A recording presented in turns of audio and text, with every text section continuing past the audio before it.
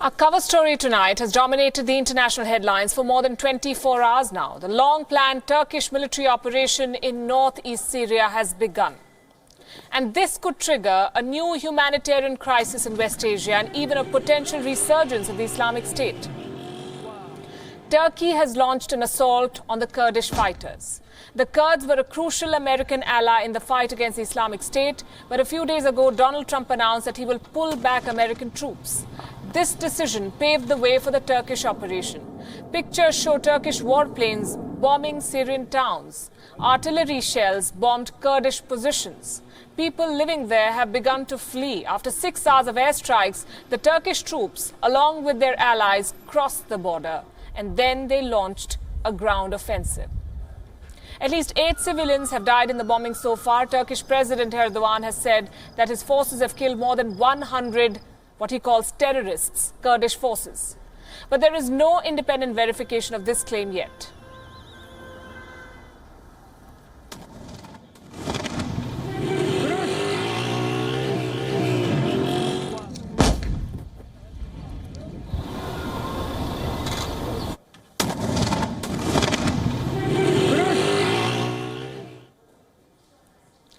Here's what's happening on the ground now. What you're looking at is the border between Syria and Turkey. Look at this map. The area marked in yellow is the region under the control of the Kurds. The Kurdish fighters captured and kept several ISIS fighters during the war here. The Turkish forces struck 4 areas. They've been marked here: Kobani, Tel Abyad, Ras Alain, and Kamishli. Now, America had posted its troops in 2 of these regions, and they have been pulled back. Turkey wants to clear out the border area that is marked in red.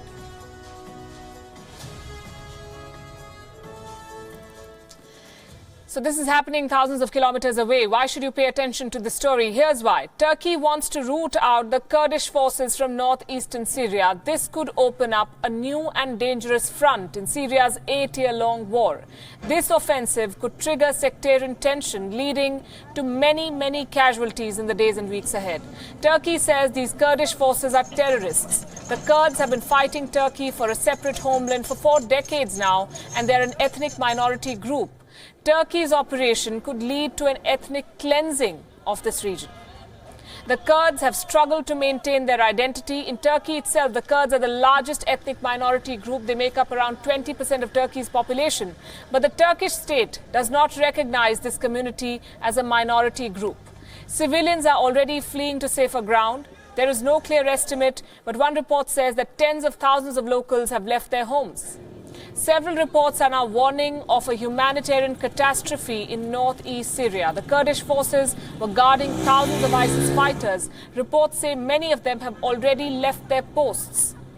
More than 12,000 suspected ISIS fighters are reportedly locked up in 7 prisons. At least 4,000 of them are believed to be foreign nationals. The exact locations of these prisons is not known, but they are said to be somewhere close to the Turkish border. With the Kurds now coming under fire, these jailed ISIS fighters get a breather. There are fears that the Islamic State might regroup after this. So what triggered the sequence of events? A phone conversation. A few days ago, US President Trump spoke with Turkish President Erdogan.